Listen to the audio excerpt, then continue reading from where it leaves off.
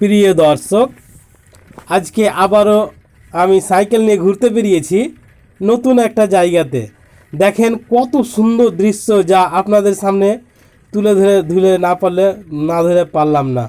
খুব সুন্দর একটা জায়গা। দেখেন রাস্তাটা খুব উঁচু, সম্ভবত এটা বাঁধ হবে, কোথাও বাঁধ, আমি বলতে পারছি না ঠিক, আমার জানা নাই।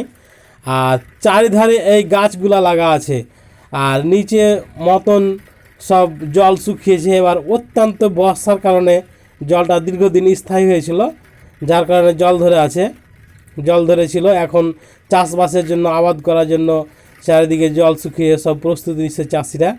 খুব সুন্দর দৃশ্য, যা আপনাদের সামনে তুলে ধরলাম। খুব ভালো লাগলো আমাকে।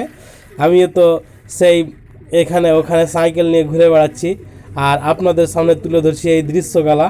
শুধু ভালো দৃশ্যগুলাই তুলে ধরছি আপনাদের সামনে। সম্পূর্ণ ভিডিও তুলে ধরতে পারি না, কারণ দীর্ঘ হয়ে যায় ভিডিওগুলা, যার কারণে তুলে ধরি রাখো। খুব সুন্দর একটা দৃশ্য দেখেন, একেবারে যাকে বলে মনোমুগ্ধকর দৃশ্য। সামনে আরও ওই বহুত দূরে দেখা যায় গ্রাম, ওটাই সম্ভবত ভারতবর্ষের শেষ গ্রাম। এরপরে ভারতবর্ষের আর গ্রাম নাই, ওটাই শেষ গ্রাম। তা আমাদের বাংলাদেশ পড়ে যাবে। তো দেখতে থাকেন আপনারা।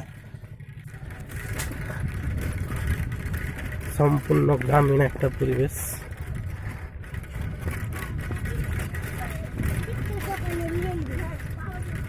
বুঝতে পারলেন, এটাই হচ্ছে ভারতবর্ষের একেবারে শেষ গ্রাম।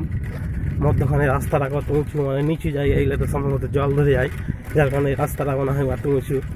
তাই না, ঠিক আছে না, এত উঁচু। সাইড দুধারে এগুলো সম্ভবত কী গাছ বলতে পারছি না, শাল না সেগুন না সিসা তো নয়, সিসা গাছ চিনি আমি, জানি না এই গাছগুলো কী গাছ আছে। কত সুন্দর গাছ। রাস্তা দুধারে বড় গাছ লাগা আছে, সাইডে ফাঁকা মাঠ। একেবারে এদিকে দেখেন কলা গাছ। রাস্তাটা খুব উঁচু, কিন্তু রাস্তাটা অনেক দিন করা হয়ে গেল, উঁচা নিচু ভালো না রাস্তাটা। দেখেন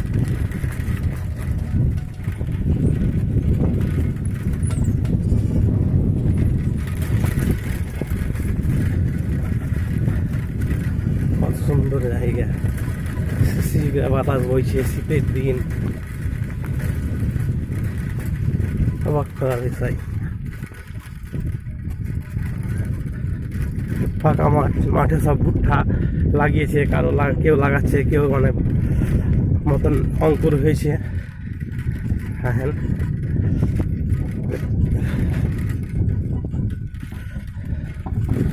রাস্তার দুই ধারে শাল ছুট্টি গাছ লাগানো হয়, ছুট্টি একেবারে সাজিনায় অনেক।